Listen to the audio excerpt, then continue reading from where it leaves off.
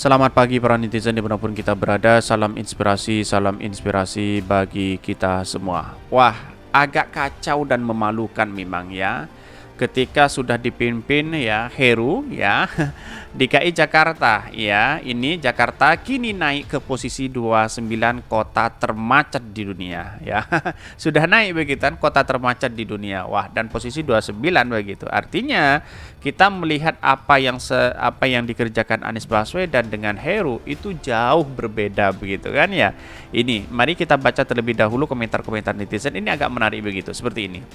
Ini komentar-komentar netizen ya. Ditinggal Anies, Jakarta kini naik ke posisi 29 kota termacet di dunia. Wah, kota termacet bukan kota termaju begitu.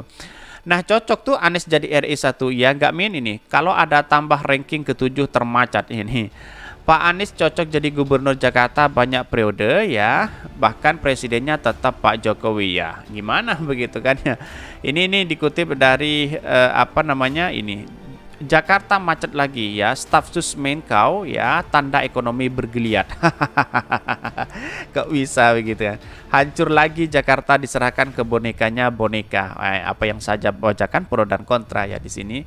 Makanya nggak suka Pak Anies boleh aja, tapi dasarnya ya jangan asumsi doang. Fakta Pak Anies emang top begitu, betul begitu kan. Bagaimana cara membangun transportasi di DKI Jakarta, membangun macet yang ada di Jakarta, banjir dan semuanya ya ada di tangan Anies Baswedan. Jakarta akan semakin maju begitu ya. Kemudian ada di tangan Heru ya, publik bisa menilai sendiri seperti apa mereka begitu. Ya iyalah Pak Anies menjabat ada COVID ini, tukang kritiknya sudah dijadikan komisaris ya, sehingga tidak ada lagi yang tukang kritik Pak ya. Ini agak menarik juga begitu ya. Heru bukan mengurusi Jakarta, tapi sedang menghilangkan jejak dan prestasi Anies di Jakarta. Ya bisa saja seperti itu, tapi rakyat tidak bisa dibohongi begitu. Rekam jejak itu pasti ada sampai kapanpun begitu ya. Kalau pas foto jalan ya jam 1 pagi doang pasti sepi dan gak macet. Itu kasih kata pujaan inti ini. Kedunguan Gubernur Gefwe tidak kompeten ya, berwatak perusak gerombolan juara koruptor. Ini ada pro dan kontra. Apa yang saya bacakan bolehlah kita mengkritik seseorang, tapi jangan atas rasa kebencian ya. Seheru ngapain aja sih sukses menjadikan Jakarta sebagai kota primitif lagi, banjir, macet, kotor. Ya bisa saja seperti itu begitu kan. Karena orang-orang yang bisa bekerja itu kelihatan di situ begitu. Daripada orang-orang yang kemudian sana sini loncat sana sini cari pencitraan, cari media begitu kan ya. Ya tetapi sampai kapanpun rekam jejak Anies Baswedan ya akan dikenang begitu ya. Mohon dimaklumi bisa jadi Gubernur GA masih sibuk ya baperan aturan yang dibuat Anies sebelumnya ya. Emang waktu itu terobosan Pak Anies apaan buat nggak macet ya? Dan bedanya sekarang di mana? Ada program anti macet beliau yang dihapus. Kok lucu nih? Ada pro dan kontra ya.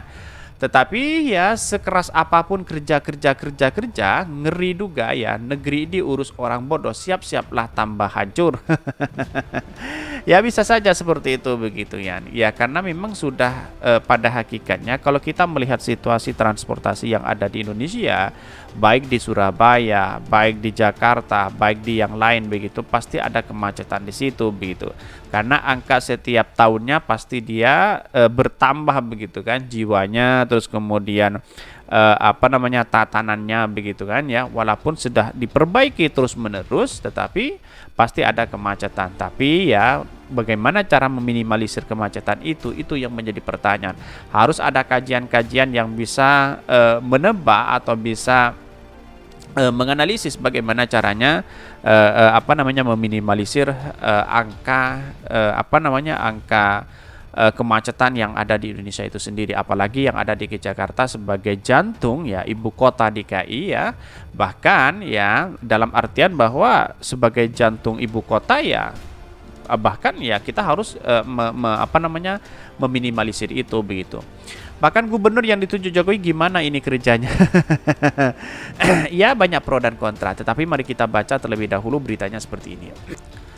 Ini beritanya ditinggal Anies, Jakarta kini naik ke posisi 29 kota termacet di dunia. Wah, macetnya luar biasa ya, macet ya. Ini dikutip dari Gelora ya, ibu kota Jakarta telah kembali normal ya, alias kemacetan sudah kembali menjadi keseharian warga saat melakukan mobilitas.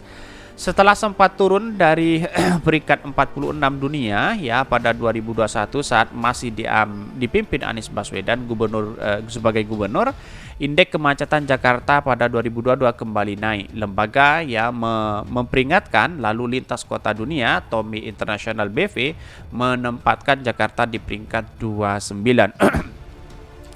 Kemacetan yang semakin parah ini disinyalir karena aktivitas warga ibu kota yang kembali normal ya pasca pandemi COVID-19 ya. TomTom mencatat bahwa rata-rata waktu tempuh untuk perjalanan per 10 km di Jakarta mencapai 22 menit 40 detik akibat macet. Bayangkan begitu, 10 km bayangkan. Dan bahkan yang peringatan terakhir yang dirilis oleh TomTom Traffic Index ya, Jakarta saat ini menempati peringkat 29 kota termacet di dunia setelah ya tahun sebelumnya 2021 kita mendapati peringkat 46, kata Kepala Dinas Perhubungan. Bahkan bahasanya itu sekarang rata-rata ya kemacetan kita 53% ya. TomTom Traffic Index mengukur indeks kemacetan lalu lintas di 389 kota 56 negara pada 2022, salah satunya adalah Jakarta. Wah, sangat parah juga Jakarta begitu ya.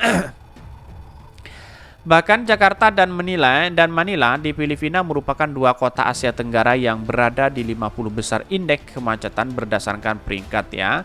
Bahkan namun ya indeks di Jakarta masih lebih baik dibandingkan Manila yang berada di peringkat 9 dengan rata-rata tempuh per kilometer mencapai 27 menit. Antara 10 km ya saya rasa perkembangannya dengan yang ada di Jakarta lebih maju begitu kan ya. Lebih cepat dibandingkan dengan Manila begitu. Pada 2020 indeks kemacetan di Jakarta sempat berada ya pada peringkat ke-31 dan membalik ya pada 2001 pada peringkat ke-46 ya. Bahkan Syarif berharap melalui berbagai upaya yang dilakukan nanti dapat menekan angka kemacetan DKI Jakarta. Inilah tugasnya Heru begitu kan ya. Pak Heru, bagaimana cara meminimalisir itu kemacetan yang ada di Indonesia begitu. Jangan hanya sana sini lalu kemudian melihat situasi dan perkembangan apa yang dilakukan Anies Baswedan di situ begitu. Tapi bagaimana cara meminimalisir itu begitu ya. Dalam angka di negara-negara apalagi di Eropa jauh begitu ya.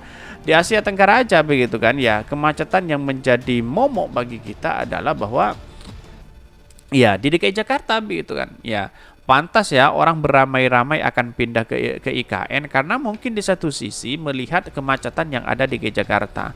Tapi akankah ini sebagai solusi untuk menjadi IKN yang kemudian akankah dia menghindari diri macet ya. Yang namanya ibu kota itu sampai kapanpun itu pasti macet begitu ya. Apalagi nanti di IKN dia pasti macet. Karena apa? Karena transaksi ekonomi di situ ya semakin banyak, lambat laun semakin banyak, apa yang terjadi begitu? Kemacetan begitu ya.